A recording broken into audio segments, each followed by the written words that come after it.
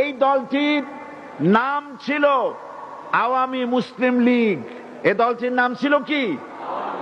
আওয়ামী মুসলিম লীগ। তখন তারা নারায়ে তাকবীর, আল্লাহু আকবার ধ্বনি দিত, স্লোগান দিত। কিন্তু ধর্মনিরপেক্ষ মতবাদ দলীয় আদর্শ হিসাবে গ্রহণ করার কারণে নারায়ে তাকবীর, আল্লাহু আকবার এই স্লোগান তারা বর্জন করেছে। 1972 সনে যখন তারা ক্ষমতায় এলেন, তখন সংবিধানের শিরোনামে মুসলিম প্রথা সিদ্ধ বিসমিল্লাহির রহমানির রহিম তারা পরিত্যাগ করেছিল। সমস্ত বিশ্ববিদ্যালয়ের মনোগ্রাম থেকে ইকরা বিসমি রব্বিকাল্লাযী খালাক রব্বি জিদনি ইলমা এটাকে তারা বাদ দিয়েছিল। সলিমুল্লাহ মুসলিম হল এই নাম থেকে মুসলিম শব্দ বাদ দিয়েছিল। নজরুল ইসলাম কলেজের